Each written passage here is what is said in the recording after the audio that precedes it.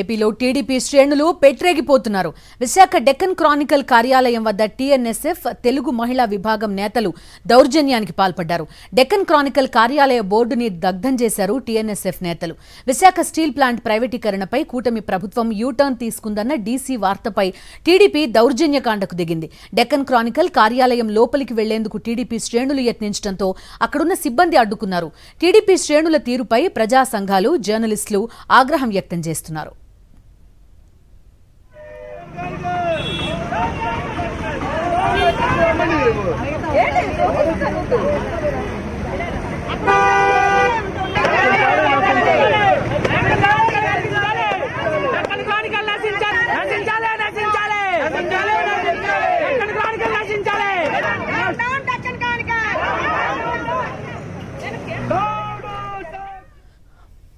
పూర్తి డీటెయిల్స్ అందిస్తారు మా కరెస్పాండెంట్ నాయుడు. ప్రస్తుతం లైవ్ లో సిద్ధంగా ఉన్నారు. నాయుడు, చెప్పండి, ఒక్క వ్యతిరేక వార్తని కూడా తట్టుకోలేని పరిస్థితి కనబడుతోంది. ఏకంగా కార్యాలయం బోర్డు దగ్ధం చేశారు, చెప్పుతో కొడుతున్న దృశ్యాలు ప్రస్తుతం మనం చూస్తున్నాం. ఏం జరుగుతోంది ఏపీలో? మీడియా స్వేచ్ఛ అనేది అసలు లేకుండా పోయింది. బిందు, రోజురోజుకి తెలుగుదేశం పార్టీ నాయకుల అరాచకాలు పెరిగిపోతున్నాయి. మొన్నటి వరకు వైఎస్ఆర్సీపీ నాయకులు, కార్యకర్తల మీద దాడులు చేస్తుంటే ఈరోజు ఏకంగా పత్రికా కార్యాలయం మీదకి వెళ్ళి తెలుగుదేశం పార్టీ నాయకులు దాడి చేసే పరిస్థితి కనిపించింది. స్టీల్ ప్లాంట్ మీద తెలుగుదేశం పార్టీ యూటర్న్ తీసుకుందనే ఒక వార్తను డీసీ పత్రికలో ప్రచురించారు. అయితే దాన్ని తెలుగుదేశం పార్టీ నాయకులు ఖండించవచ్చు, లేదంటే వాళ్ళు పార్టీ తరఫున వివరణ ఇవ్వచ్చు. అటువంటిది ఏమీ లేకుండా ఏకంగా కార్యాలయం మీద దౌర్జన్యానికి వెళ్ళారు. అడ్డుకున్న సిబ్బంది మీద తిరగబడ్డారు. అక్కడ డీసీ బోర్డును కూడా అక్కడ తగలబెట్టారు. తెలుగుదేశం పార్టీ నాయకులు చేస్తున్న దౌర్జన్యాల మీద పెద్ద ఎత్తున విమర్శలు వస్తున్నప్పటికీ కూడా వారు ఏమాత్రం కూడా పట్టించుకోకుండా దౌర్జన్యకాండకు, దాడులకు దిగుతున్నారు.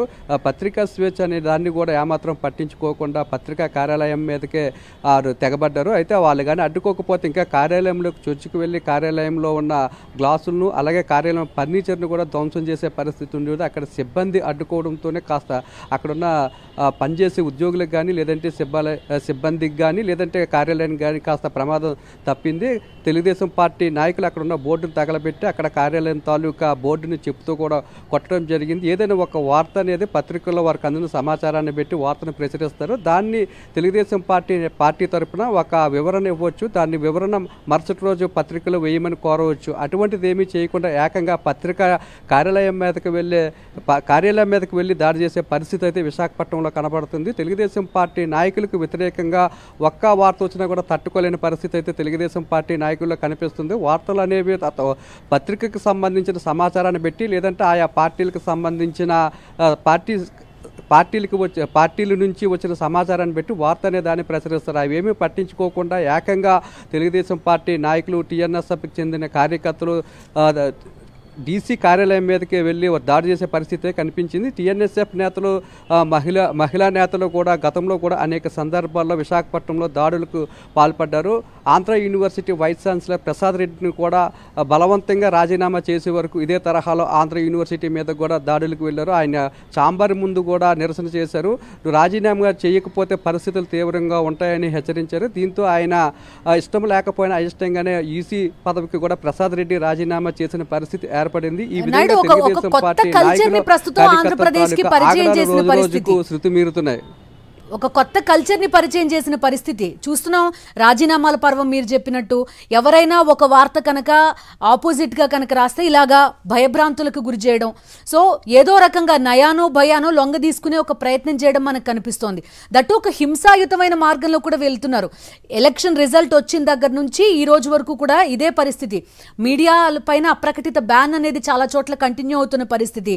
ఇప్పుడు కార్యాలయం పైన దాడి చూస్తున్నాం, మీడియా కార్యాలయం పైన వీసీలతో బలవంతంగా రాజీనామాలు చేస్తున్నారు.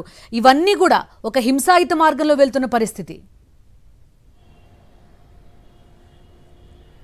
ఖచ్చితంగా బిందు, గతంలో ఎన్నడూ కూడా ఇటువంటి దాడులు చేసే సంస్కృతి ఆంధ్రప్రదేశ్ రాజకీయాలు లేదు. తెలుగుదేశం పార్టీ అధికారంలోకి వచ్చిన తర్వాత, అలాగే కూటమితో కలిపి అధికారంలోకి వచ్చిన తర్వాత ఎన్నడూ లేని విధంగా వైఎస్ఆర్సీపీ శ్రేణుల మీద దాడులు మొదలుపెట్టారు. అలాగే పారిశ్రామికవేత్తలు బెదిరించే విధంగా వ్యవహరించారు.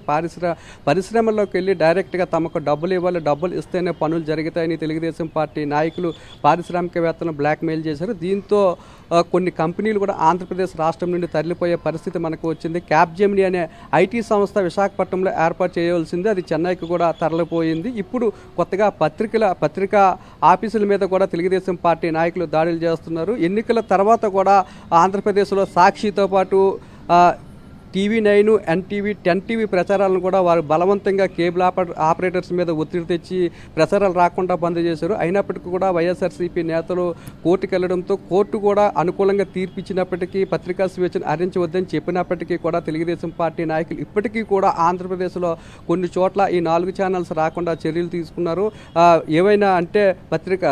ఏవైనా అక్కడ కేబుల్ ఆపరేటర్స్ ఎవరైతే ఉన్నారో వారి మీద ఒత్తిడి తెచ్చి ఈ 4 ఛానల్స్ రాకుండా అడ్డుకుంటారు. ఇప్పుడు ఏకంగా పత్రికా కార్యాలయాల మీదకి వెళ్ళి దాడులు చేసే పరిస్థితి నెలకొంది. ఇది మాత్రం ఖచ్చితంగా ప్రజాస్వామ్యవాదులు ఖండించాల్సిన పరిస్థితి. ఎందుకంటే పత్రికకు స్వేచ్ఛ ఉంటుంది. గతంలో అయితే ఎల్లో మీడియా కూడా ఎన్నో వార్తలు ప్రభుత్వానికి వ్యతిరేకంగా రాసినప్పటికీ కూడా ఎవరు కూడా పత్రికా కార్యాలయాల మీదకి వెళ్ళి దాడులు చేసిన పరిస్థితి అయితే కనిపించలేదు. కానీ తెలుగుదేశం పార్టీ నాయకులకు వ్యతిరేకంగా ఒక వార్త వస్తే మాత్రం దాన్ని జీర్ణించుకోలేక డీసీ కార్యాలయం మీదకి వెళ్ళి దాన్ని తగలబెట్టే ప్రయత్నం అయితే చేశారు. Bindu. Okay Naidu, thank you.